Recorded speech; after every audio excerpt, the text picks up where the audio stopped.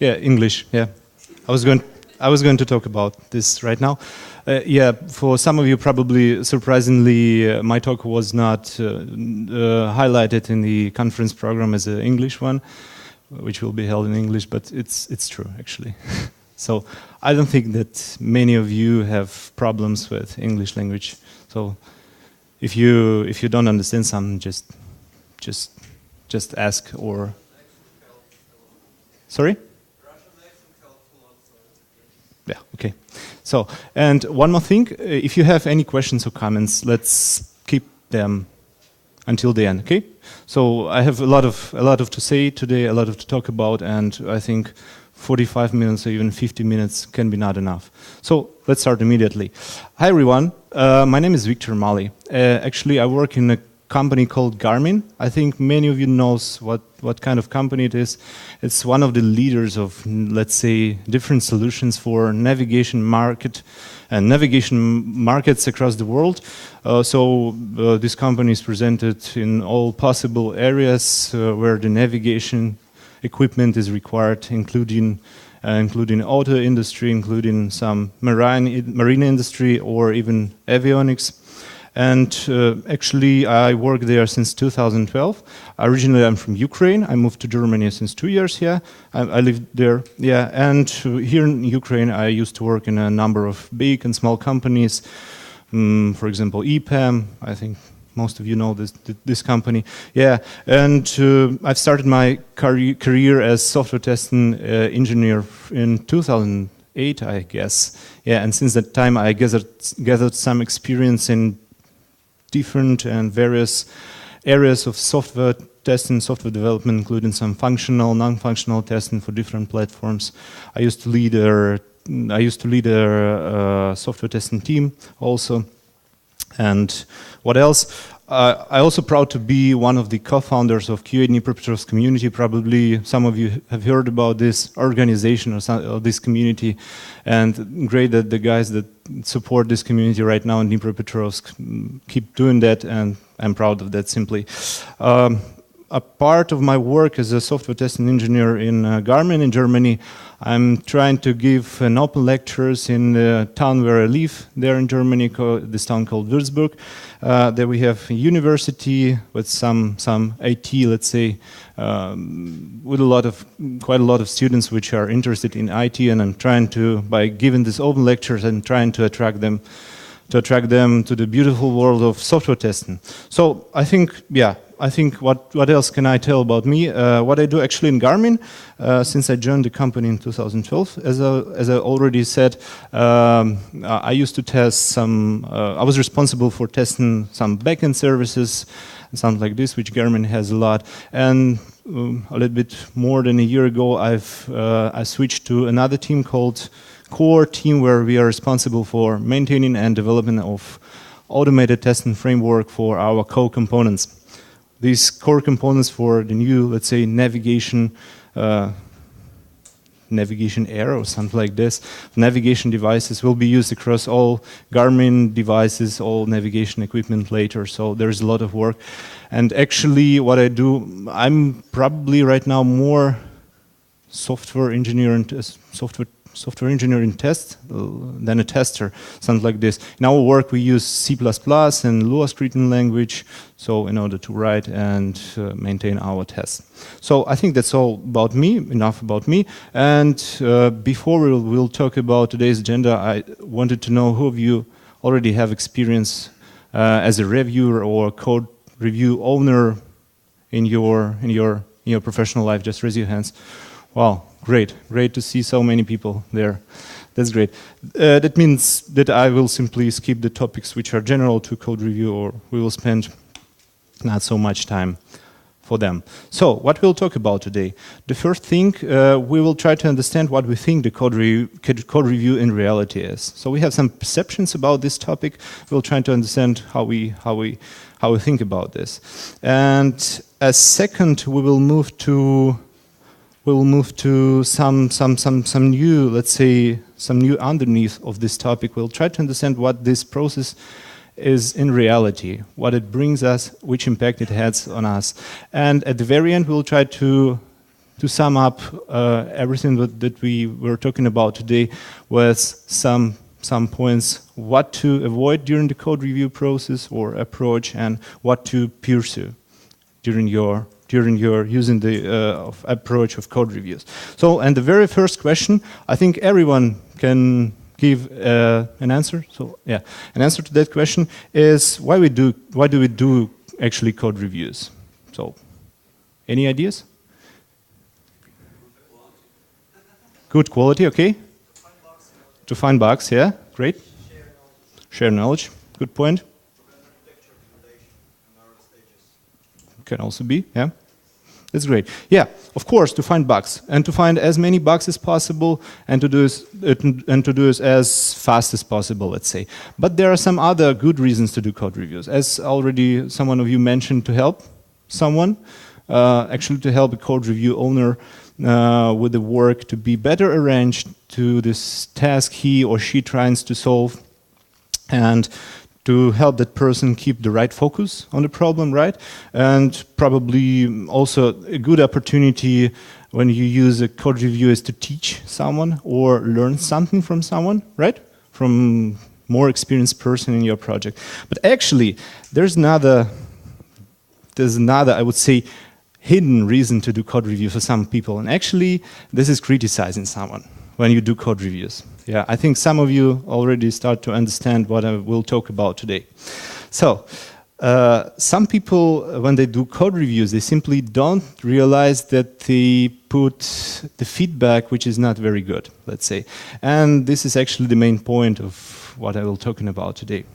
So, before we will go deeply into the topic, let's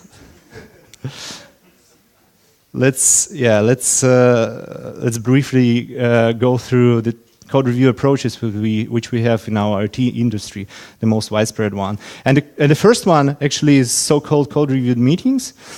These meetings are very formal. They require a lot of preparation by participants, let's say, and that's why they cost a lot of money.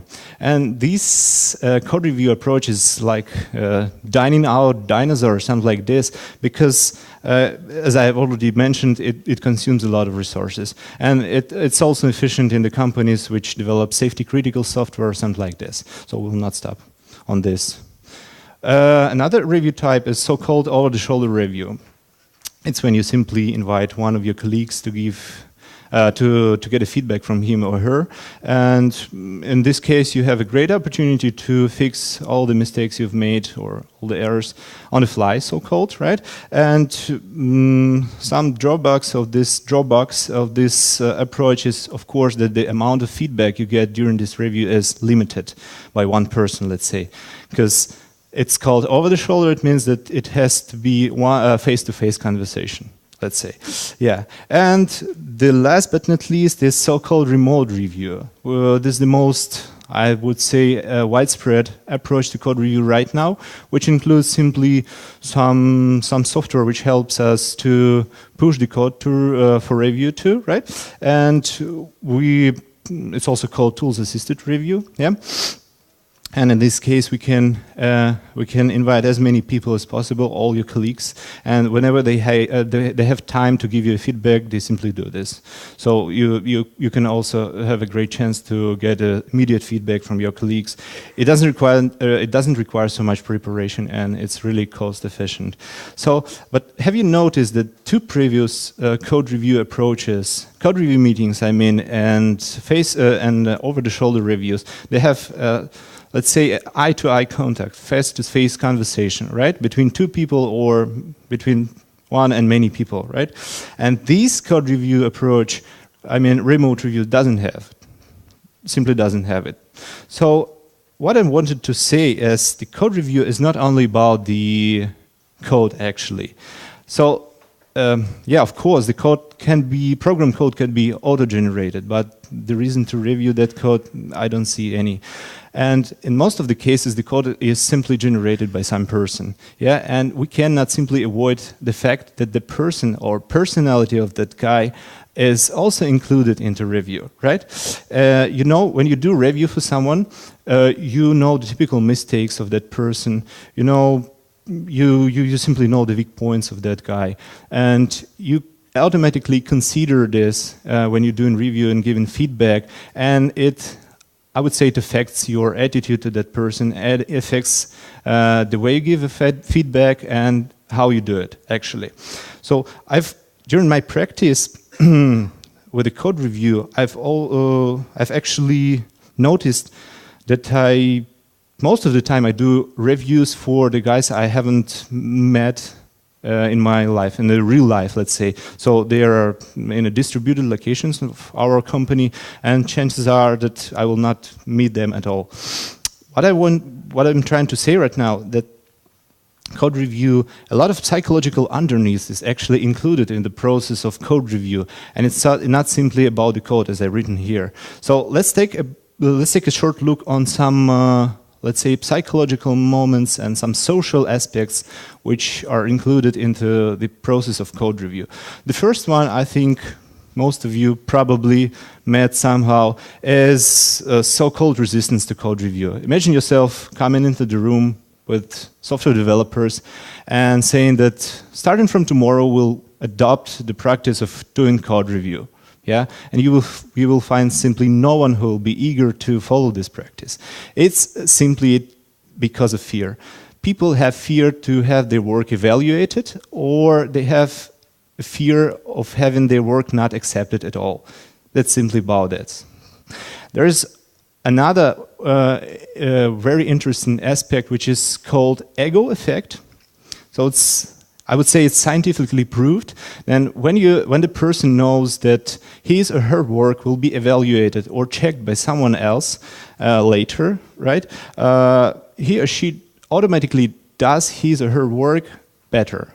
So it means it's also about the fear of finding some problems by another person later, if you committed your work to, let's say, software code repository or something like this.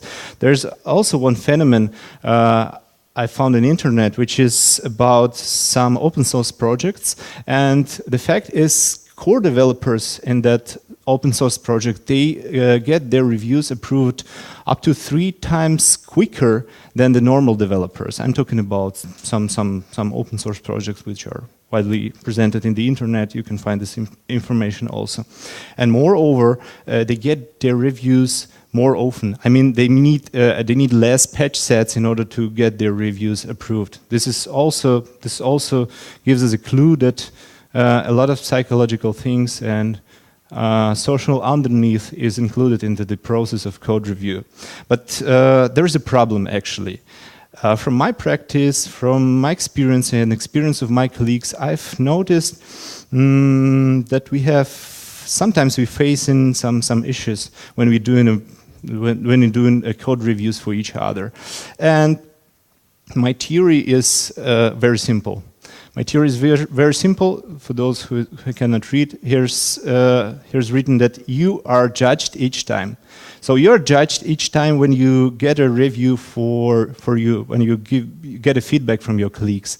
So the logic of code review process is very simple. It's like a binary logic. Either you have +1, you get +1, which means that your review is accepted, or you get -1, which means that your work rejected and you have to make some corrections.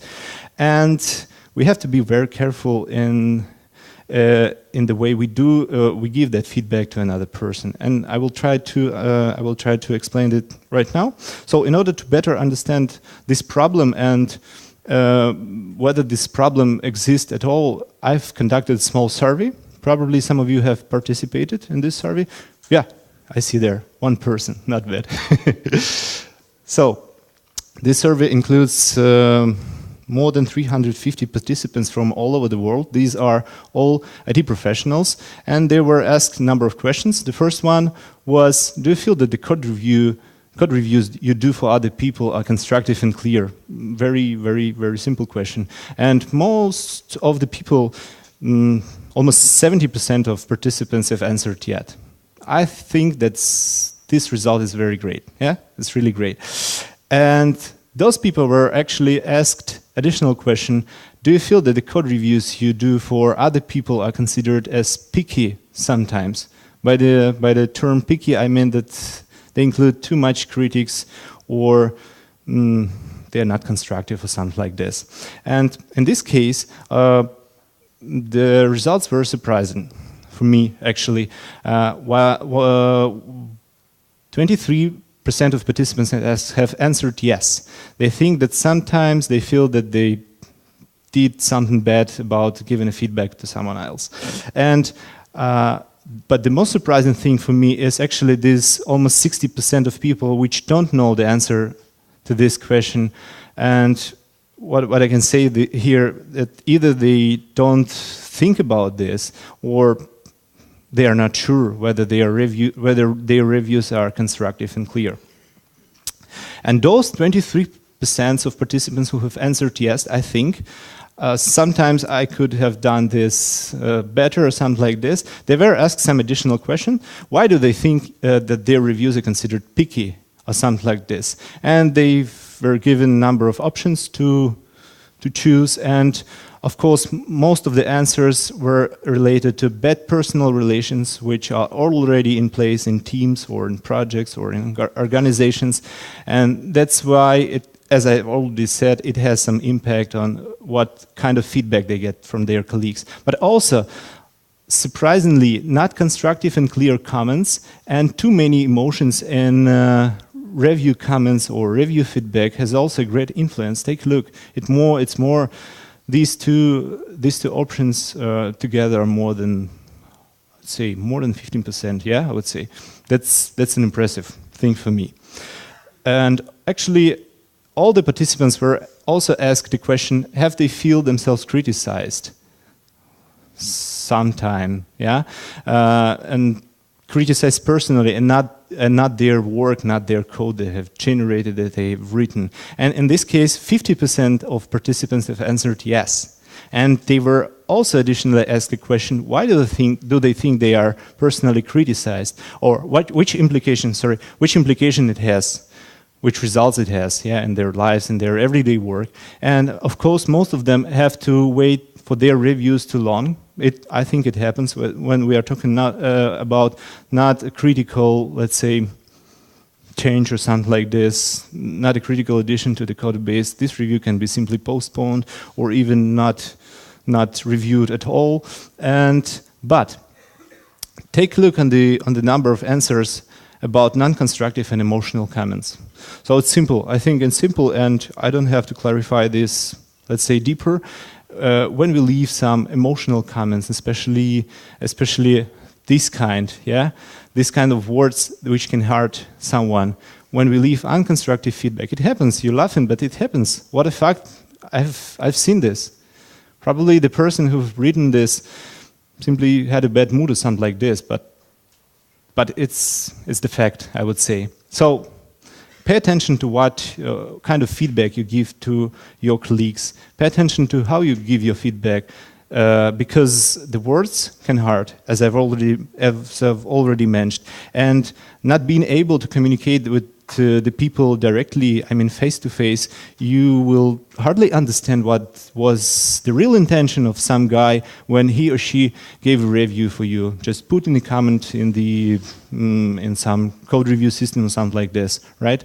So you cannot understand whether it was sarcasm or it's a real joke, or he or she has meant something really, really, really different. So I think it's clear. And again, what to pursue when you do code reviews. There are a number of some good practices which are better to follow, okay? And I think for some of you, they can be obvious, but not so. So let's take a look. The first thing, and you have to consider when you're giving a feedback to someone else, you have to ask questions then rather make statements, right? If you write that something is wrong, it's automatically considered as a mistake, but it cannot be in reality. Cannot be a mistake in reality. Sometimes you simply don't know what the author of code have meant by his or her solution, right? And that's why you have to simply ask why you have implemented this functionality in this way. Help me to understand this. So yeah, I think I think being not so direct when you're asking questions, when you consider that something is wrong or something is not correctly implemented, it's an important thing. Another thing is when you're asking questions, just try to avoid the word why. Why automatically considers that something is made wrong. It even can consider an attack, an immediate attack is something like this. Because when we asking why, we think that it's wrong. It's simple. It's a simple explanation. Yeah, you can make an assumption. It seems that this variable is not correctly defined or something like this. It seems that this variable is not local or something like this. It can also be obvious, but I think it's a very good point. And don't remember that we are people, we are human, we are such guys that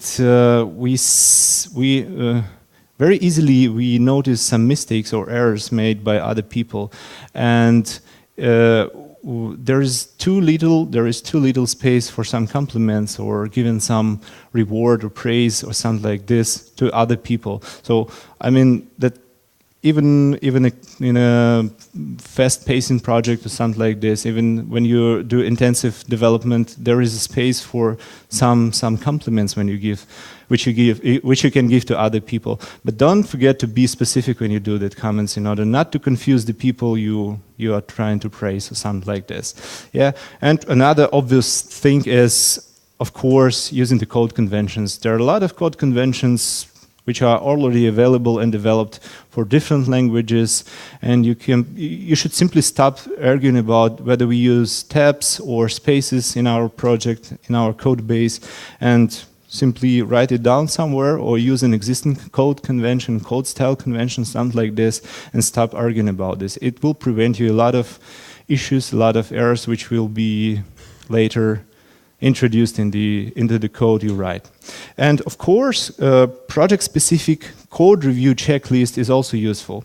What I mean by this, let's say, document, it's the list of the most important and critical errors which have already been made by someone in your project. It's a great source also for newcomers in order to introduce them into the process of code review. I mean, when you give this list to them, to the newcomers which are not familiar with this approach, with the approach of code review, I mean, they can simply understand what things to be checked first and what things have to be checked at the very end, let's say. So it should very important thing that this list should be open for everyone, and everyone should be able to contribute to this list. It should not be based on some experience of some single people, the most experienced team members in the project. Everyone should contribute. It's easy.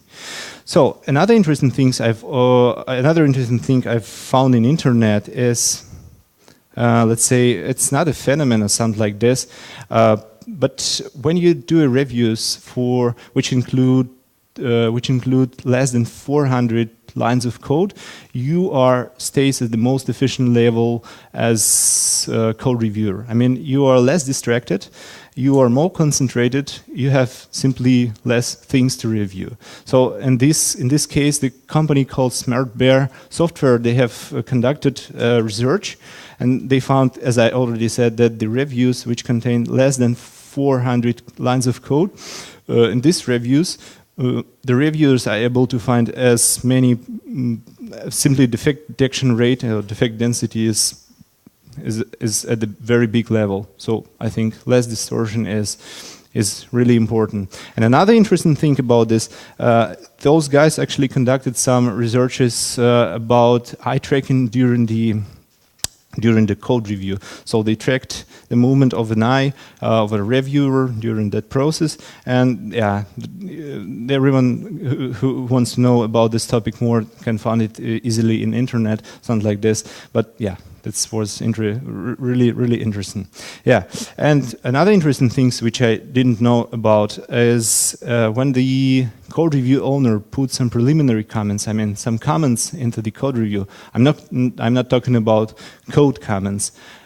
Into his review, into his or her review, that the defect detection rate is it's simply less. So you see here the number of author preparation comments, when we have, let's say, 8 comments or between 4 and 8 comments, the defect detection rate by the other guys who reviews is at least I think it's at a very high level. So it means that you double check the things you do and simply rethink and what you have already done, rethink your solution, and tries to understand whether you are able to write your solution in some simple sentences, in some simple words. And of course, don't remember that reviews is a great source of information, and they don't have to identify some people's which have caused some issues or have found that issues. It should be impersonate. It should not contain any emotions, and it should simply bring a feedback or help to the person you do a review for. I think it's the main topic. It's really simple, and you can follow by following this, let's say, practice, and by remembering this, it's really easy to have a lot of fun from the code review process. Another one thing, last but not least, I want to say a few words about this beautiful book. Actually, it's a free book which you can find and download from internet. It's about, let's say, some great insights of code review process, which is also, this book is also written by the guys from Smart Bear Company, and it includes a really big number of different researches and, as I said, insights from a code review process, and they've learned this approach very deeply and have a lot of interesting things to tell you about. So I think that's all, and thank you for attention.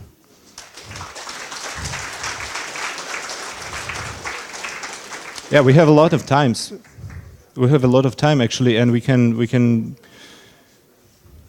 who has some interesting experience from a code review or can share something with us can do it right now.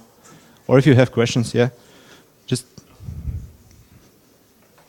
I think it should be somehow, moment. Yeah. For example, in our case, half of the team works far away from office, and sometimes it took from you like 1 hour of code review, and for another week it could took from you like 10 hours of code review. How do you estimate time for this job? What do you mean exactly? Like, I mean remote code review, like using the Garmin tool or something. Yeah, actually we use Garmin, and the amounts amount of time that should be spent for each review is not defined strictly. It's not strictly defined, but it depends on the criticality of the changes which are under review. Okay, but if it took like much time from you, the more people should be involved. They can distribute the work of reviewing some piece of code or a huge change into the small changes. And as I've already mentioned, it's not so good to keep your reviews big. So try to distribute the work which has been done. Try to not to commit the changes at a big chance. Like commit smaller parts, yeah? Exactly. Yeah, something like this. Okay, thanks. Yep. Well, actually, I had a similar question, but I just wanted to know, in practice, how code review looks in your company. Oh. Just like a working day. You got to make a code review, and what's next? Yeah, depending on our priorities, sometimes we have a lot of things to review. Sometimes you can simply spend a whole day doing the reviews for some people, because we have a lot of, let's say, committers, contributors to our code base, and sometimes it takes less time, of course. And the things that are really critical, we simply discuss in our daily meetings, something like this, and everyone is more or less on the same page regarding what should be done or what we should achieve with our code reviews. When the code review needs some specific expertise or something like this, we actively involve in our developers also in this project. Because our team, let's say, is a distributed team, and that's dedicated team of guys which are responsible for, let's say, testing framework for core components, yeah. Other questions? Yeah.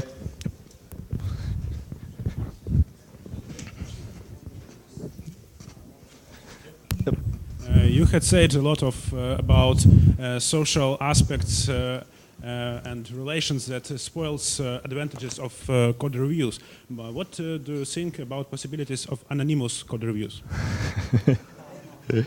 So actually, when you participate in an open source project, you can write whatever name you want to use, right? It's so half anonymous, I would say. No, I mean some tool like a collaborator, but that hides names of reviewer and. That's an interesting idea, I think. That's an interesting idea. In this case, you will be guessing who is this person. It can also introduce some distraction. You see what I'm talking about, yeah? You will not think about actual things which are put in the code review, right? I mean, which was implemented, which has been implemented, which you has to evaluate, but about the person who have developed this. So yeah, it's interesting. Should be experimented something like this. Yeah, good point. Other questions, guys? Maybe someone can share an experience, something like this, negative or positive. There were a lot of people who have experience with code reviews.